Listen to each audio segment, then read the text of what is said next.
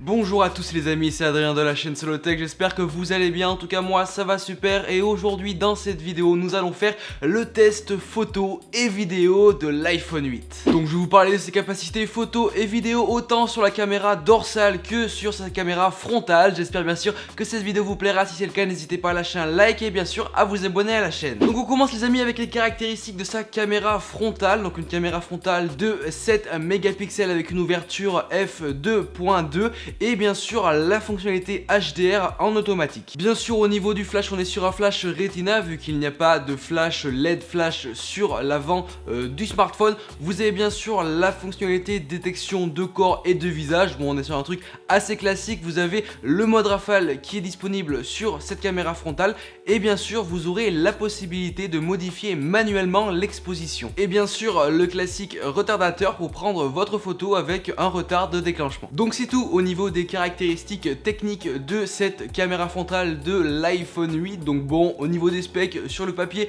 ça a l'air plutôt pas mal. Maintenant passons au test. Donc je vais vous montrer 2-3 photos prises en mode selfie, donc avec la caméra frontale. Donc pour ma part je trouve cette caméra frontale avec une assez bonne qualité, un bon rendu des couleurs. Au niveau du flou d'arrière-plan c'est plutôt sympathique, voilà, ça reste vraiment correct. En même temps l'ouverture n'est pas non plus trop grande, donc le flou d'arrière-plan n'est pas non plus énorme. Il y a un léger flou qui reste quand même assez agréable, mais c'est vrai qu'une meilleure profondeur de champ aurait permis un meilleur flou d'arrière-plan. Ce que l'on retrouve aussi dans ce mode selfie sur les photos que je vous ai prises, c'est que vous remarquerez que le sujet est vraiment très net et les couleurs sont bien rendues et la qualité est au rendez-vous. Si vous zoomez sur la photo vous ne verrez aucun flou, aucun grain, vraiment c'est vraiment très bon à ce niveau là. Et aussi l'autofocus est vraiment très bon et très rapide. Donc en clair cette caméra frontale de l'iPhone 8 en mode photo se débrouille pas mal. Il y a pas mal de fonctionnalités, mais en tout cas pas de grosses innovations ou de grosses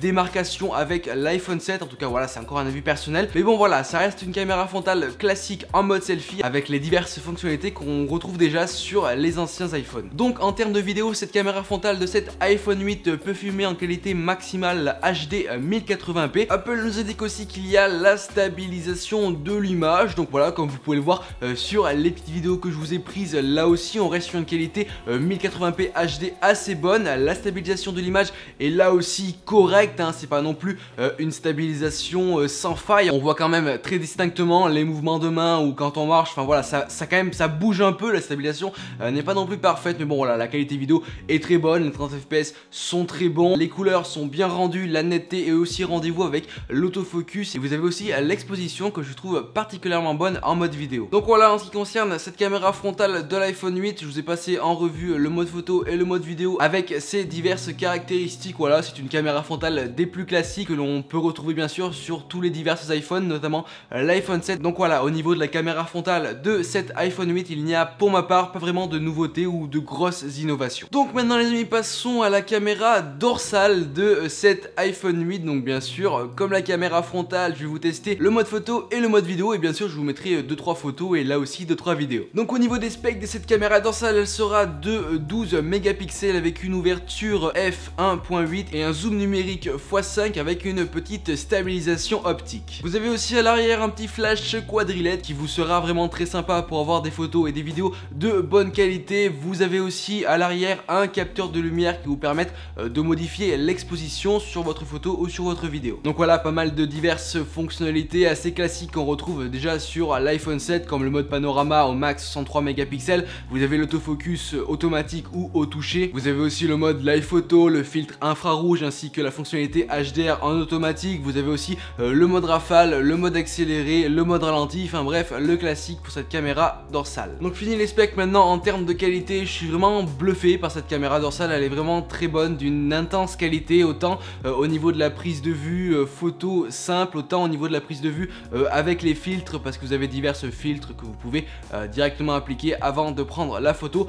En tout cas voilà, pour moi elle est plutôt très bonne, franchement elle gère bien la luminosité, le rendu des couleurs est là aussi très bon, le flou d'arrière-plan est nettement meilleur que la caméra frontale, hein, comme vous pouvez le voir sur la photo, le flou est très profond, c'est vraiment très bon. En même temps avec une ouverture 1.8 de l'objectif, c'est plutôt pas mal en général. L'autofocus là aussi est très bon, comme le focus au toucher, hein, c'est un focus qui est rapide et qui détache vraiment le sujet du fond. En bref, au niveau photo, cette caméra dorsale de 12 mégapixels se débrouille vraiment à merveille. On est vraiment sur une qualité professionnelle au niveau des photos. Il y a énormément de choses qu'on peut faire avec cette caméra. On peut faire vraiment des photos professionnelles. Donc maintenant les amis, parlons de la qualité vidéo de cette caméra dorsale. Donc au niveau de la résolution max, on sera sur du 4K 60 fps avec une stabilisation cinéma, l'autofocus ou là encore le focus au toucher. Vous avez aussi le focus en continu qui est disponible, comme je l'ai dit, le mode accéléré, le mode ralenti. Enfin franchement énormément de modes pour cette caméra dorsale. Je vais pas vous détailler le mode accéléré, par contre je vais vous parler du mode ralenti qui m'a énormément bluffé. Donc on est sur une qualité de 1080p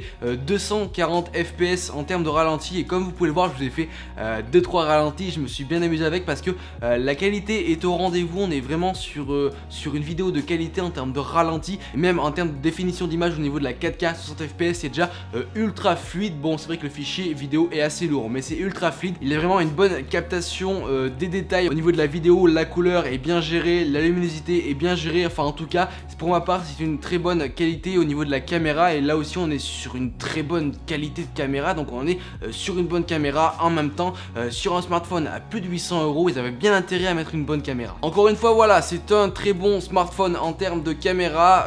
C'est vrai que la version plus est plus intéressante au niveau de la caméra dorsale parce qu'elle a un double objectif et des fonctionnalités en plus qui peuvent vous permettre d'avoir un rendu professionnel. En tout cas voilà, pour ce test photo et vidéo de l'iPhone 8, je suis assez bluffé autant au niveau de la caméra frontale que la caméra dorsale, même si la caméra selfie de devant n'est pas si révolutionnaire que ça. La caméra dorsale a été assez bien améliorée, la qualité est meilleure, la qualité est plus profonde, les détails sont là. Enfin en tout cas voilà, si vous recherchez un smartphone avec une très bonne qualité photo, une très bonne qualité vidéo, avec voilà, un sujet net, un fond flou, avec du volume, avec des photos de qualité, tournez-vous vers l'iPhone 8 et tournez-vous encore plus vers l'iPhone 8 Plus qui a de meilleures performances dans certains cas au niveau de la photo. Encore une fois voilà, on reste sur un smartphone à plus de 800 €, c'est normal que les caméras soient aussi bonnes et aussi puissantes. Donc voilà les amis, j'en ai fini avec le test photo et vidéo de cet iPhone 8. Donc j'espère que ce test vous aura plu. En tout cas